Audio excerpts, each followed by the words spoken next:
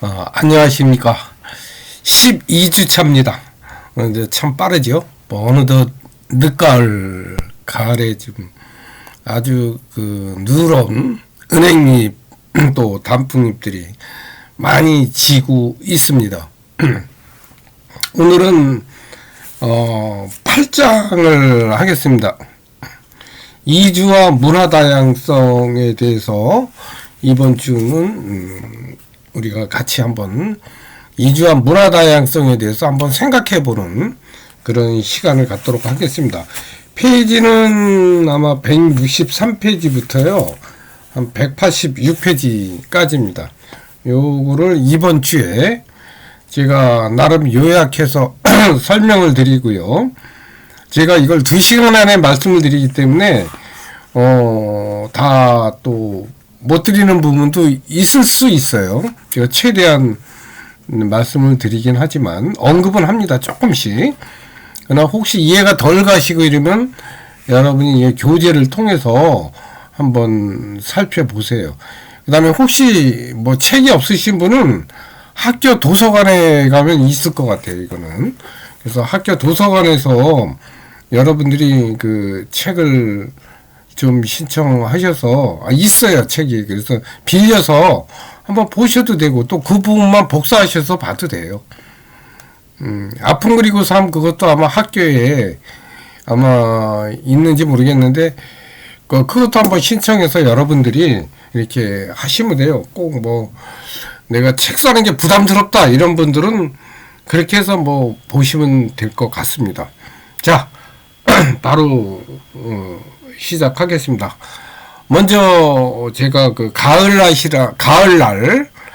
라이너 마리아 릴케의 그 시부터 우리가 음미하고 그 다음에 본격적으로 수업을 하도록 하겠습니다. 주여, 때가 되었습니다. 여름은 참으로 위대했습니다. 당신의 그림자를 해시계 위에 들이우시고 들판에는 바람을 풀어 놓아 주소서. 마지막 열매들을 연글게 하시고 이틀만 더 남국의 따뜻한 날을 베푸시어 열매들이 온전히 무르익게 하시고 진한 포도주의 마지막 단맛이 스미게 해 주소서. 지금 집이 없는 사람은 이제 집을 짓지 않습니다. 지금 홀로 있는 사람은 오래도록 그럴 것이며 깨어서 책을 읽고 긴 편지를 쓸 것이고 낙엽이 떨어져 뒹굴면 불안스레 가로수길을 이리저리 헤맬 것입니다. 이 라이너 마리아 릴케 이분은요 조금 이제 시인이신데도 철학적으로는 좀 실존주의적인 그런 성향의 시를 좀 많이 짓죠. 이분은 좀 연애로도 유명하고요. 릴케는 우리는 어디로 와서 어디로 가는가라는 책을 쓴 그런 여자분의 소설가가 있는데요. 근데 이분하고도 굉장히 얽혀 있죠. 또 이분뿐 아니라 프리드리히 니체도 또 이렇게 얽혀 있습니다. 그분이 누구냐면 르살로메입니다. 여러분 나중에 그 책 한번 찾아보시면 알지만 그 르살로메 그 할머니가 아마 되게 이뻤던 모양이에요. 뭐 릴케도 있고 또 다른 한 분이 또 달라붙고 또 프리드리히 니체도 붙고 결국은 그분한테 붙었지만 다 거부당하고 좀 엉뚱한 사람하고 이제 결혼을 하지만 곧 또 이혼합니다. 이제 이런 이력을 가졌고요. 또 아마 그분을 상대로 해서 시를 또 많이 썼다고 그래요. 그래서 이 라이너 마리아 릴케에 대한 약간의 이야기를 좀 덧붙였습니다. 참고하시면 될 것 같고요. 자, 이제 본격적으로 이주와 문화 다양성에 대해서 이제 말씀을 드릴 텐데, 일단은 제가 왜 이렇게 앞에 그림을 하냐면 그 다음부터가 조금 글자가 빽빽해요.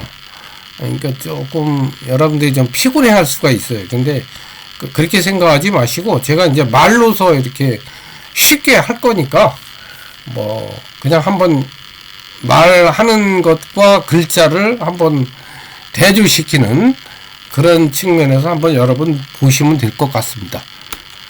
자, 우리나라는 원래 80년대 말을 기점으로 해서 원래는 이민을 더 많이 갔었어요. 그전에는. 그러다가 이제 80년대 말 우리가 88년도 올림픽 이후 되면서 이민 유입국이 돼요. 근데 우리나라 이렇게 이민 송출국이었을 때 그 이전에 보면은 60년대에 우리나라 이제 독일의 광부, 그 다음에 간호사 파견을 하잖아요. 이제 그랬고, 또 70년대, 80년대는 중동의 건설업이 그렇게 이제 유행했거든요. 그래서 우리나라 분들이 많이 거기 가서, 중동에 가서 건설 이주 노동자로 이제 일을 하면서 돈을 많이 벌어 들이기도 했었습니다. 그러다가 이제 90년대 초, 아까 얘기했죠. 80년대 말 이후, 그래서 90년대 초 되면서는 이제 필리핀이나 방글라데시, 이런 동남아시아인들이 우리나라에 막 들어오기 시작합니다. 이제 이렇게 된 이제 시점이 우리나라 93년도에 산업기술연수생 제도를 만들어요. 이거는 뭐냐면 이제 아시아 국가에서 외국인을 연수생으로 이제 공식적으로 허가하면서 이제 동남아시아인들이 우리나라에 들어오게 됩니다. 그러다가 이제 2004년도에 고용 허가제를 만드는데요. 이때 당시에 또 외국인 미등록 노동자들이 많잖아요. 우리나라 지금 아직도 많습니다. 근데 이 외국인 미등록 노동자들을 이제 전부 색출해가지고 또 귀환 조치를 하죠. 그러다 보니까 이제 우리나라 노동력에 문제가 생겨서 파동이 일어납니다. 그래서 이제 할 수 없이 2005년 이후에 계속 증가해서 지금은 거의 2018년 기준 했을 때 한 70만 명에 지금 달하고 있습니다. 요거는 이제 단기 노동자 기준이거든요. 요거는 이제 통계에 따라서 조금씩 다를 수는 있습니다. 다만 이제 여기서 봐야 될 것은 몇 명이다 이게 중요한 건 아니고요. 그런 수치 이런 거는 통계 영감 이런 데 나오잖아요. 중요한 거는 이렇게 추세를 볼 때 계속 증가 추세에 있다라는 것이 이제 중요한 거고요. 또 이제 결혼 이주자들도 이제 많이 늘어납니다. 90년대 초반을 기점으로. 그래서 우리나라는 그전에는 외국으로 특히 이제 미국이나 일본 쪽으로 많이 국제 결혼을 나갔는데 이제 국제 결혼 유입국으로 변화가 됩니다. 이제 그 이유가 이제 아마 90년대 IMF 끝나고요. 우리나라 국제 결혼 중개업체가 되게 많이 생겨요. 그러면서 이제 외국인 여성들이 우리나라로 많이 오죠. 중국, 베트남, 필리핀 이러면서 이제 동남아시아 여성들이 많이 넘어옵니다. 그 다음에 또 국내 유학생 수도 지금 굉장히 2019년 기준으로 지금 한 16만 명이나 된다 그래요. 계속 증가하는 추세에 있다가 요즘 코로나 때문에 잠시 지금 주춤은 하고 있는데 앞으로는 어떻게 전개될지 모르겠어요. 유학생 수는.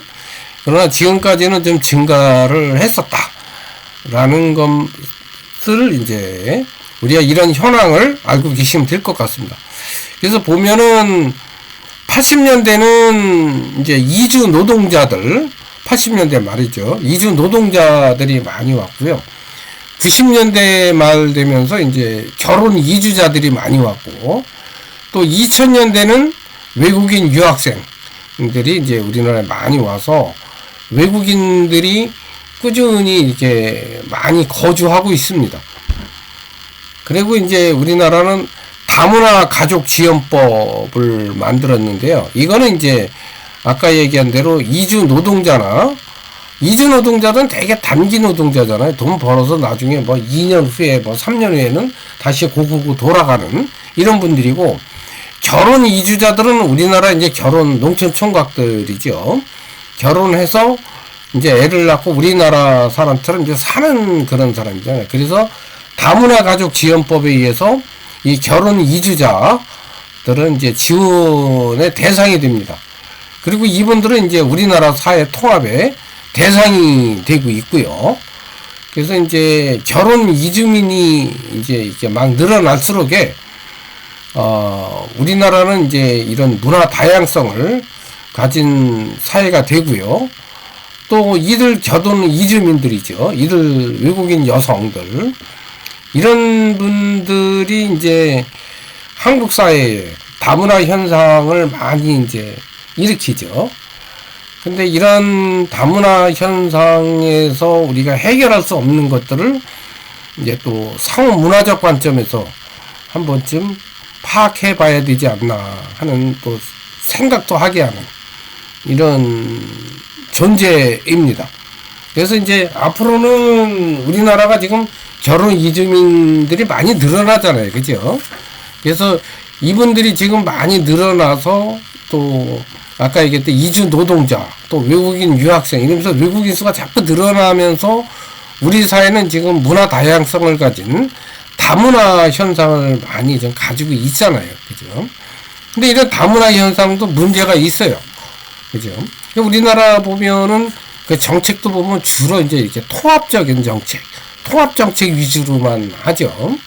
그래서 이제 이런 것만 가지고는 이렇게 좀 포괄하기가 어렵다.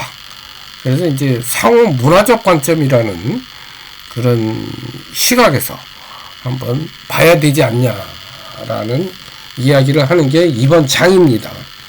자, 이게 이제 제가 지금 그 서론에서 들어가는 말에서 제가 잠깐 그 현황을 말씀을 드렸어요. 그죠? 이주노동자, 결혼 이주자, 그 다음에 이제 외국인 유학생 순으로 이제 이렇게 많이 늘어지는데, 이제 여기서 이제 주로 많이 설명하려고 하는 거는 결혼 이주민하고 이제 결혼 이주민들이 우리나라에 와서 어떻게 사회 통합을 이루는가라는 것에 더 생각을 가지고 우리가 이제 한번 살펴보는 것으로 하겠습니다. 자, 결혼 이주민. 이제 우리는 앞에서 얘기했죠? 이주 노동자가 있고, 그 다음에 결혼 이주민이 있고, 그 다음에 유학생들이 있고, 이랬잖아요. 외국인 유학생. 이제 세 개로 구성된, 뭐, 그래도 또 있겠죠? 뭐, 회사로 인해서, 회사 생활 때문에 외국인 회사 때문에 또 파견 나와서 일하시는 분도 있고, 그런 분들은 많지 않을 것 같고, 아마 이 세 개 정도인데, 우리한테 큰 다문화, 한국적 다문화에 영향을 미치는 분들이 이제 결혼 이주민들이라고 보기 때문에 이 결혼 이주민과 사회 통합이 어떻게 이루어지는가 라는 것에 대해서 한번 여러분과 같이 한번 생각해 보도록 하겠습니다. 자, 결혼 이주민과 사회통합. 우리나라는 어땠냐면, 우리나라는 지금 현실 그렇죠. 저출산, 고령화. 그러다 보니까 어때요? 노동력이 부족하죠.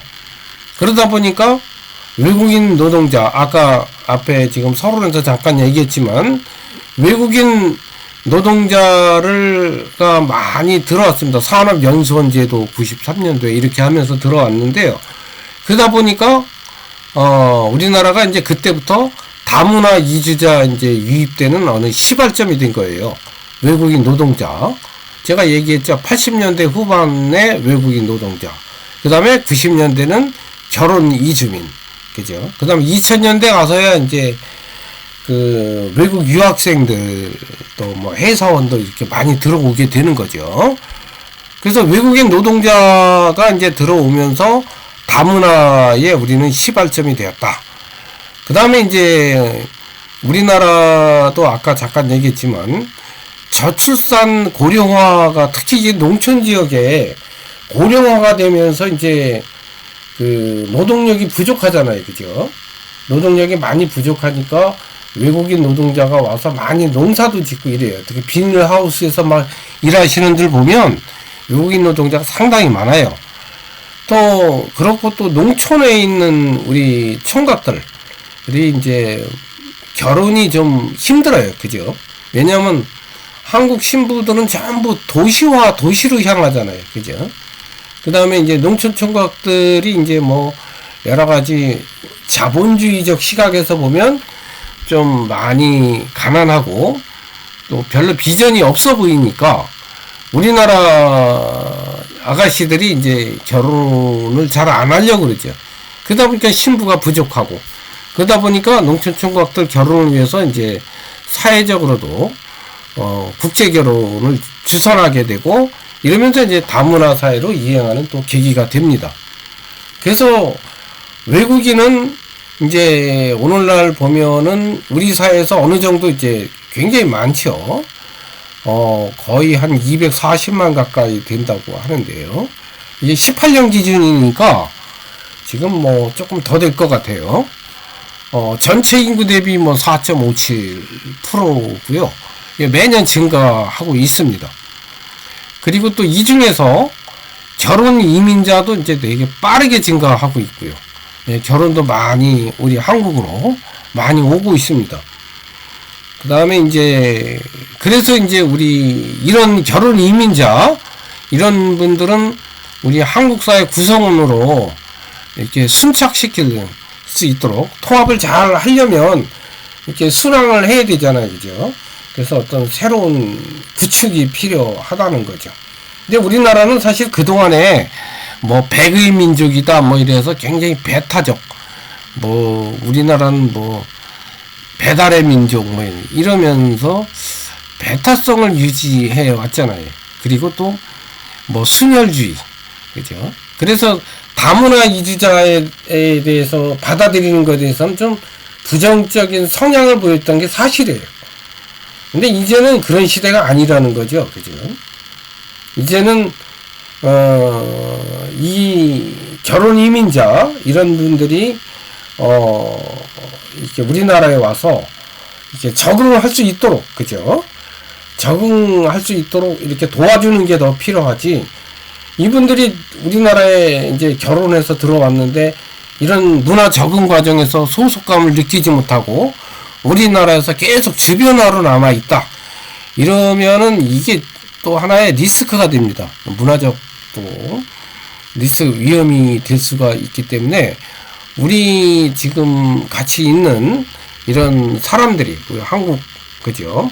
이제 원주민이라고 표현해야 되나요? 오랫동안 살고 있던 사람들이 이런 사람들이 잘 한국 사회에 통합될 수 있도록, 또 통합이 아니라도 또 아까 얘기한 대로 또 다른 관점에서 또 우리가 한번 이해하고 도와주는 거, 이런 것이 이제 필요하다.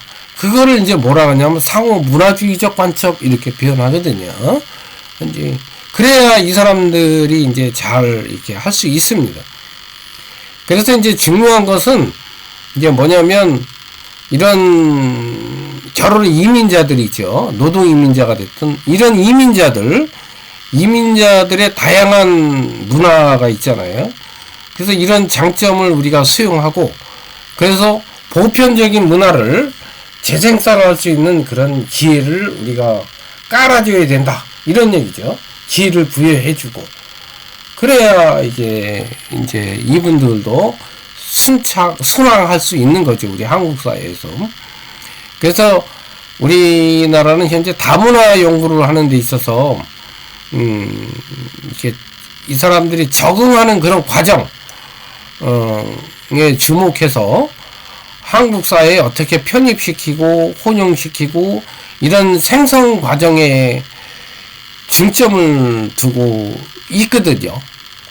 근데 이런 것에서 이런 분들이 이런 아까 얘기한 대로 이민자 또는 뭐 결혼 이민자가 됐든 노동 이민자가 됐든 이런 외국인들이 한국의 문화 다양성에 어떤 역할을 하고 있는지를 우리가 한번 살펴볼 필요도 있습니다. 근데 이분들이 한국에 살면서 그냥 가만히 있는 게 아니잖아요. 그죠? 그들만의 공간과 또 그들만의 문화가 우리 한국 사회의 문화 다양성을 형성하는데 어떤 역할을 하고 있는지에 대해서 우리가 한번 생각해 보는 것도 중요합니다.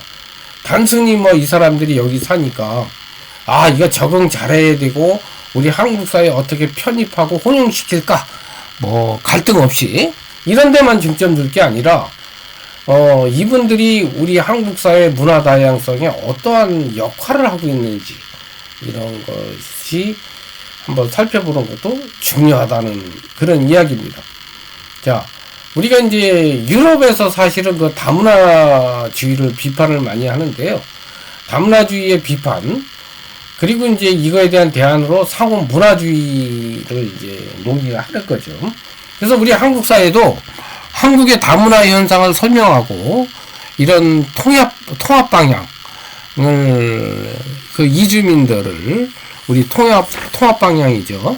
이런 것을 제시하는데 이렇게 도움이 되는 것이 이제 상호 문화주의적 관점에서 이제 볼 수 있는 것이죠. 그죠? 그래서 이제 이런 것에 대해서 이제 이야기하고 있는 것이 이제 통합을 얘기하잖아요. 그죠?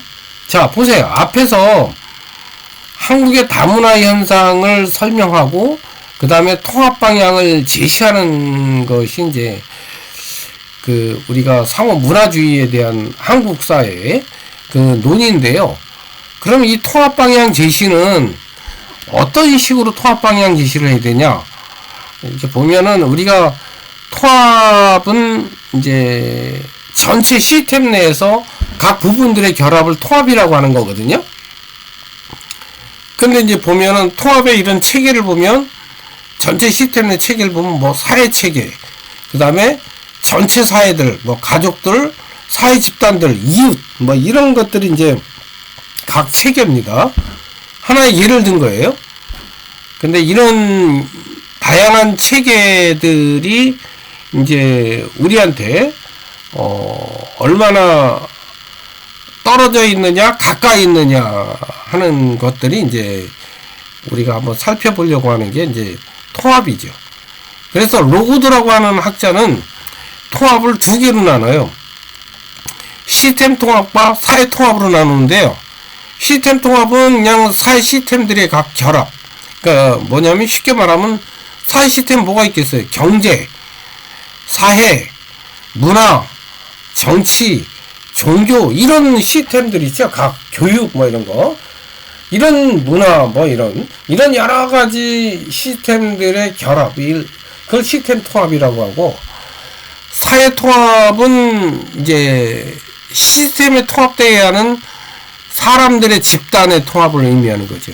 이게 좀 복잡하죠. 왜냐하면 사람, 집단이 들어가면 집단이라는 건 뭐예요? 사람들이 모여있는, 그것도 다양한 집단. 이게 좀 쉽지 않죠. 사회 통합은.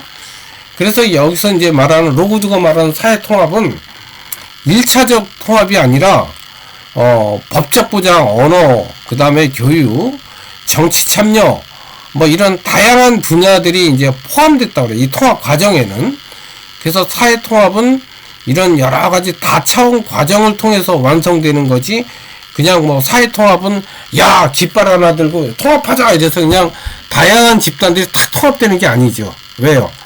사회 통합이라는 거는 다양한 집단은 어떤 게 있을까요? 그냥 아까 잠깐 우리가 하면 뭐 잘 사는 뭐 10억 이상 되는 우리 한국 사람 중에서도 아주 잘 사는 사람, 못 사는 사람, 이런 사람도 있을 거고요. 또 농민 집단도 있을 거고, 또 아까 우리가 얘기했지 이주민도 있을 거 아니에요. 외국인 집단. 이런 여러 가지 집단이 우리 한국 사회에 사니까 이런 것이 그냥 단순하게 확 모이는 1차적 통합이 아니라, 이런 사람들이 모이려면 뭐 나름대로 그 사람들 레벨이나 거기에 맞는 법적 보장, 또 아까 외국인 같은 경우는 이제 언어 능력, 한국어 능력이라든지 또 정치적 참여라든지 뭐 교육 수준, 이런 것들이 다 포함된다는 거죠. 이 통합 과정에. 그래서 이런 사회 통합은 다차원 과정을 통해서 이제 이루어진다는 거예요. 사회 통합은 1차적으로 이제 한 번에 이루어지는 게 아니고, 그 다차원 과정이라는 게 뭐냐면 여기서는 4개를 나눠요. 문화적 통합, 구조적 통합, 사회통합, 정서적 동일과정 이렇게 나누는데 이건 뭐 간단합니다. 다차원 과정은 뭐냐면 문화적 통합은 이제 그 사회에서 살아나가기 위한 어떤 문화적 능력 뭐가 있겠어요. 그 사회에서 예를 들면 내가 필리핀 사람인데 한국 와서 살 때 뭐가 필요해요? 언어가 필요하잖아요. 한국어. 또 내가 여기 있다가 필리핀 가면요 언어 필요하죠. 영어나 따갈로그 그죠? 언어 그게 문화적 통합이에요. 그 사람들이 주로 많이 사는 그런 어떤 삶의 양식 이런 걸 내가 습득하는 게 필요한 게 문화적 통합. 그 다음에 구조적 통합이라는 건 뭐냐면 그 사회에서 일정 역할을 하고 간다는 거예요. 그래야 그 안에서 구조적. 왜냐면 내가 필리핀 가서 그냥 가만히 놀고 관광객으로 놀면 그 구조적 통합이 아니죠. 그죠? 그 속에서 내가 뭐 교수를 한다든지 아니면 뭐 가서 공무원을 한다든지 회사원을 일한다든지 이런 그 사회에서 직업을 가지고 자신의 역할을 수행하는 거. 그러면 그 사회에서 어느 정도의 포지션을 가지잖아요. 자리를 잡는 거잖아요. 그걸 구조적 통합이라고. 사회 통합은 이제 뭐냐면 그 사회에 살면서 그 사회의 지식이나 상징에 대해서 많이 이제 내가 습득하고 또 그 사람들과 사회적 관계를 형성해 가는 거. 이걸 사회 통합이라고 해요. 내가 필리핀 가서 사는데요. 그냥 거기서 그 사람들의 지식이나 상징 뭐 이런 거에 대해서 다 무시하고 필리핀 사람들 내려 깔고 나 홀로독 뭐 이렇게 산다. 이거는 사회 통합이 아니죠. 거기 가서 그 사람들은 캐톨릭이고 또 그 사람들의 상징에 대해서 뭐 똑같지는 않지만 나름 지향점을 가지고 동의도 하면서 그 사람들하고 또 일정 사회적 관계를 형성해 가는 거. 이게 사회 통합입니다. 그러니까 정서적 동일 과정은 뭐냐면 이런 이제 여러 가지 과정을 통해서 이런 형성 과정에서 집단 정책성 그 다음에 이제 이런 과정을 통해서 이제 우리라는 감정이 생길 때 그때 이제 정서적 동일이 되는 겁니다. 그러니까 이제 필리핀 사람이 우리나라에 결혼하잖아요. 그 여기서 10년 살고 20년 살고 애 낳고 살잖아요. 그럼 어떻게 되겠어요? 이런 여러 가지 문화적, 구조적, 사회적 통합을 통해서 정서적 동일 과정이 되겠죠. 그러면서 이제 이 사람은 이제 필리핀의 정체성을 버리고 그래, 나 우리나라 이러면 한국 사람이 되는 거죠. 그리고 자기 아이도 한국 사람이고 그러면서 한국이라는 우리라는 감정이 생긴다. 이러는 거예요. 아시겠죠? 근데 이런 다양한 차원의 이런 사회 통합은 독립적으로 진행된다는 거예요. 각자 문화적, 구조적, 사회 통합, 정서 과정 이거는 독립적으로 진행되지 뭐 순서적으로 이런 거 아니라는 거예요. 아시겠죠? 제가 말씀드리는 과정은 이해가 되죠. 자, 요약을 하면요. 로고드는 시스템 통합과 사회 통합으로 나눴다. 그런데 사회 통합에는 다차원 과정을 통해서 이루어진다. 다차원 과정은 또 그 안에는 문화적 통합, 구조적 통합, 사회 통합, 정서 과정 이렇게 있다. 그런데 이런 다차원 과정은 독립적으로 진행된다. 끝. 이게 요약입니다. 아시겠죠? 그 다음에 이제 아까 통합의 다양한 체계는 아까 잠깐 말씀을 드렸는데 이 중에 하나만 제가 예를 들면 이런 다양한 체계가 있는데 이웃을 하나 예를 들게요. 뭐 여러 가지 예를 들 수 있겠는데요. 그 이웃은 우리 이제 주변에서 이렇게 이웃하고 이렇게 같이 살아가는 사람 이웃이라고 하잖아요.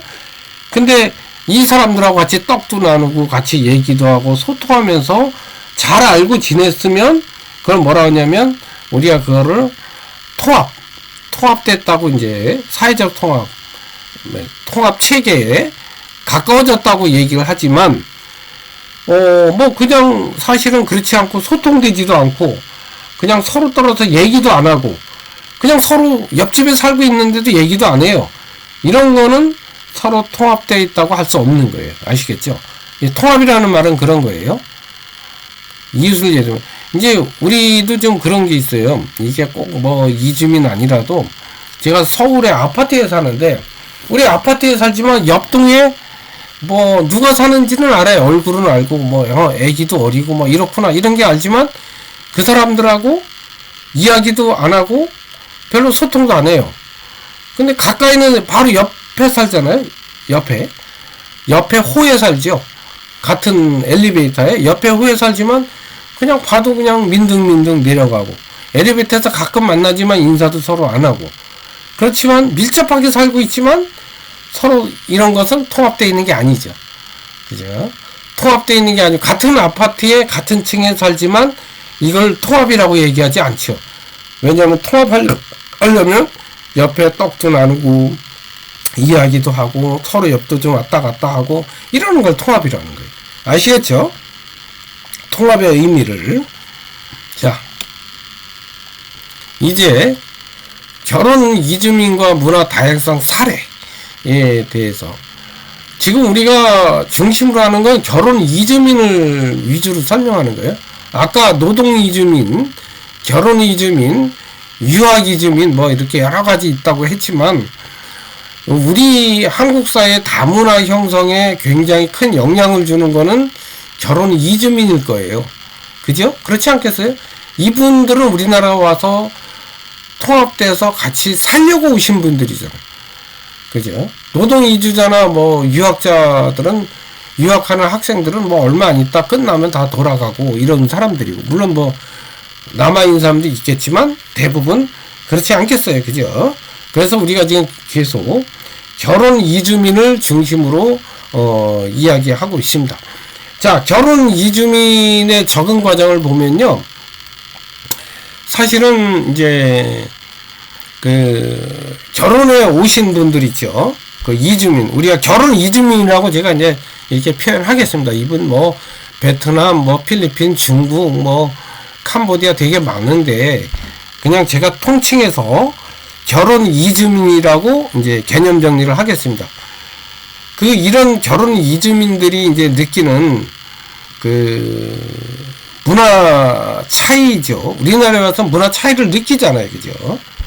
근데 이런 분들이 느끼는 그 차이에 의해서 우리 한국 사회에 기존의 배타적 문화, 뭐 배달의 민족 이런 거, 뭐 한민족 이런 한국 사회의 기존 문화를 변화시키는 요인이 된다는 거죠. 그래서 이분들이 중요한 거예요. 이게 이제 뭐 그런 문화적 차이에서 우리나라가 이제 뭐 아유 왜 우리나라 왜 결혼해 왔어? 배척하고 막 이렇게 보내버 이런 게 아니고 이제 이분들이 가지고 온 문화적 차이 때문에 우리 한국 사회의 기존 문화를 변화시킬 수 있는 하나의 동인이 된다는 거죠. 그런 의미에서 이게 중요하고요. 사실은 이런 문화 차이의 인식이 크고 또 확고하면 할수록에 갈등이 더 커지거든요. 그래서 중요한 것은 이런 문화 차이, 그러니까 이제 프랑스어로 하면 똘레랑스잖아요. 그죠? 똘레랑스. 이런 차이에 대한 서로 이해, 그 다음에 대화를 해야 갈등을 최소화시키고, 그러면서 또 어떻게 돼? 갈등도 최소화시키면서 문화 다양성을 증가시켜서 좀 풍요로운 삶을 살게 한다는 거죠. 아시겠죠? 이주 여성들이, 결혼 이주민들이 우리나라의 어떤 기존 문화를 변화시킬 수 있는 동인이 되고, 또 이런 분들에 대한 어떤 기존, 그 문화 차이, 그런 똘레랑스에 대한 서로의 이해, 또 대화, 이런 것을 통해서 우리는 문화 다양성을 증가시키고 또 풍요로운 삶을 살게 된다. 이런 얘기를 하는 거죠. 이제 이런 것은 우리가 기본적으로 문화 상대주의 입장을 깔고 있는데요. 그렇다고 해서 모든 것은 문화 상대주의 입장에서만 볼 수는 없죠. 왜 그래요? 어떤 한 사회의 그런 문화가, 그죠? 그들에게는 아주 최적일지 모르지만 보편적인 인간들이 추구하는 데 기반하지 않은 것도 있거든요. 그죠? 그럼 예를 들면 뭐 저기 할래 같은 거죠. 할래 같은 것도 있을 수, 여성의 할래 뭐 이런 것도 있을 수 있고, 이런 거는 저 이슬람 쪽이지만, 이런 것들은 인간이 추구하는 어떤 보편성하고는 조금 차이가 있죠. 또 그 외에 이렇게 그 두루마리를 안 쓴다고 그래서 이렇게 또 때리고, 그죠, 살인하고 이런 것들, 이런 거는 그들 문화에서는 그죠, 자기네 문화인데 왜 간섭하냐 이렇게 표현할 수 있지만, 이거는 이제 보편성에 기반한 게 아니기 때문에 반드시 모든 것을 상대주의 입장에 오른 것은 아니다, 이런 얘기죠. 그래서 이제 그렇지만 이런 문화 상대주의가 다른 문화를 이해하고 이렇게 논의하는데 중요한 이론적 토대인 것만은 분명합니다. 그죠?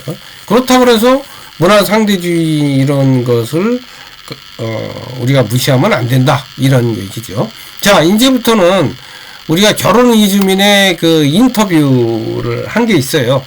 인터뷰, 이게 책에도 있는데요. 책에 있는 인터뷰 사례가 여러 개 있는데, 여러분이 그냥 170페이지부터 이렇게 쭉 있거든요. 그거는 여러분들이 한번 읽어보세요. 그 중에서 내가 이제 한 2개만 이렇게 뽑은 거니까요. 그냥 한번 여러분들이 읽어보시고, 이 2개를 통해서 이제 우리가 느껴야 될 그런 것만 제가 이제 조금 설명을 하겠습니다. 자, 그 중에 하나는 이제 베트남 여성이에요. 그 살아있는 사람에게 하는 세배에 대해서 인터뷰한 게 있는데, 자, 제가 그냥 읽겠습니다. 베트남에서는 죽은 사람에게만 절을 하지 살아있는 할아버지 할머니에게는 절하는 거 없어요. 그게 좀 신기했어요. 그리고 돈 주는 거는 있어요. 세배는 안 하지만요. 한국에서는 손자 손녀들이 와서 세배하잖아요. 저는 살아있는 사람인데 왜 절하지? 의아했어요. 왜 절을 해야 하는지 저는 이해가 안 갔어요. 베트남에서는 죽은 분에게만 절하고 제사를 지내거든요. 지금 건강하게 살고 있는 사람이 왜 절을 받는지, 저 그냥 일찍 죽고 싶은지 그런 생각이 들었어요. 저도 설 때는 시아버님께 절은 했죠. 해야죠. 또 해야 돼요. 지금은 계속 해봤으니까. 저한테는 어쨌든 신기했어요, 이런 것들이. 베트남에서 온 이제 한 30세 된 여성이었는데요. 이제 이 인터뷰를 들으면 이제 어떤 생각이 드나, 여러분? 제사와 이제 인사. 우리가 세배는 인사잖아요. 그죠? 새해 인사인데, 제사와 인사에 대한 어떤 문화적 차이. 이 베트남 여성은 이제 문화적 차이죠. 베트남에서의 제사와 인사. 그죠? 우리는 새해 인사라고 그러죠. 그죠? 그걸 이제 제사하고 이렇게 절하는 걸 똑같이, 형식을 똑같으니까, 그거에 대한 차이 때문에 어떤 낯선 문화, 낯섦을 좀 느끼는 그런 것을 그대로 이야기하고 있고, 그 다음에 이제 다음 볼게요. 당신은 누구십니까? 이게 어떤 정체성을 물었는데요. 자, 누군가 나에게 한국 사람인가? 중국 사람인가? 물으면 저는 중국 사람이죠. 외국인이라 생각하죠. 10년 이상, 15년 이상이면 몰라도 제가 지금 4년이거든요. 아직 외국인이 맞는 것 같아요. 네, 외국인이 맞는 것 같아요. 결혼해서 한국에 왔으니까 한국에 살면서 외국인이지만 한국 사람이라고 생각하는 사람도 있거든요. 어떤 사람은 그런 사람도 있는데 아직 많이 안 됐으니까 그런가 봐요. 처음 이곳에 왔을 때 그때는 말해도 못 알아들어서. 중국 여성인데 이제 36세 됐고요. 이 여성은 중국 한족으로 연애 결혼해서 왔다 그러는데, 아마 중국에서 대학 교육을 받은 중류층 이상의 여성입니다. 근데 이제 이 여성은 조금 다르죠. 이 여성은 모국과 자기 중국과 자기 문화에 대한 자부심이 아직 남아있고, 이 공간적인 전이는 이루어졌는데 문화적 이질성, 이런 것을 아직 내면에 지니고 있습니다. 그리고 이 문화적 이질성 내면을 좀 자랑스럽게 나름대로 정체성 유지하는데 이용하고 있어요. 한국이라는 그 이제 세계 속에 속해 있는 그런 이방인, 그리고 자신의 그런 이런 이방인의 존재감을 당당하면서 정체성을 그대로 유지하려고 하는 이런 생각을 좀 많이 가지고 있죠. 근데 이게 사실은 뭐 옳은 거냐 그런 거냐 떠나서 특히 그 중국의 한족들이 이런 게 많아요. 실제적으로 뭐 얼마나 대단한 사람인지는 제가 모르겠는데, 이 한족들이 세계 어디 가도 조금 이렇게 좀 거만해요. 거만하고 정체성을 뭐 이야기하고, 제가 이제 여담입니다만, 제가 그 필리핀에서 유학하고 있을 때 그 중국 본토 북경에서 온 여자 그 대학원생이 있었어요. 근데 그 대학원생은 뭐 진의 그 모국에 대한 정체성, 그 한족에 대한 자랑, 뭐 이런 것이 좀 프라이드라고 표현해야 되나요? 그게 대단했던 것 같아요. 근데 이제 제가 그걸 느끼기에는 그래봐야 너 중국 놈 아니야? 뭐 이런 생각밖에 없었거든요. 오히려 일본 사람들이 더 겸손하고 더 친근했던 것 같아요. 일본 사람들은 예상외로 또 한국 사람들하고 또 이렇게 뭔가 정서적으로 비슷한 게 많이 있고, 또 뭔가 이렇게 일본어 못해도 영어를 뭐 재패니스식 영어를 하든 코리안식 영어를 하든 이렇게 뭔가 통해요. 근데 이 중국 한족들은 이게 굉장히 뭐 알아도 몰란 척해서 그런지 몰라도 좀 왠지 그냥 가까이 하고 싶지 않은 친구들이더라고요. 그래봤자 너 중국 놈이야, 떼놈이야 이렇게 생각하지, 뭐 너희 뭐 선진국이고 이렇게 생각 안 하거든요. 모르겠어요, 저만 그렇게 생각하는지. 근데 지금 이 여자도 지금 그런 생각하고 있는 것 같아요. 근데 이런 것은 뭐 그 사람의 정체성이고 생각이니까 이런 것이 얼마나 세계적으로 통용이 될까? 근데 좀 의문시는 돼요. 그러면 가봐야 미국 사회에서도 중국 사람 이래봐야 다 무시하잖아요. 그죠? 그래봐야 떼놈이고 중국 놈이야 이렇게 표시하는데, 중국 사람들은 자신의 중국에 대한 정체성, 뭐 대륙문화 뭐 이렇게 표현을 하면서 계속 떠들긴 하더라고요. 네, 그거는 이제 그 사람들의 몫이고, 우리는 또 우리대로 또 이렇게 정체성을 유지하고 살아가면 됩니다. 자, 이런 정도로 해서 이제 정체성에 대한 이야기를 했습니다. 자, 우리가 이제 다음 시간에 이제 우리 사회가 지금 이렇게 다문화 사회가 됐잖아요. 이런 다문화 사회에서 우리가 사고 문화주의가 뭔지, 사고 문화주의에 대해서 이제 한번 같이 살펴보도록 하겠습니다.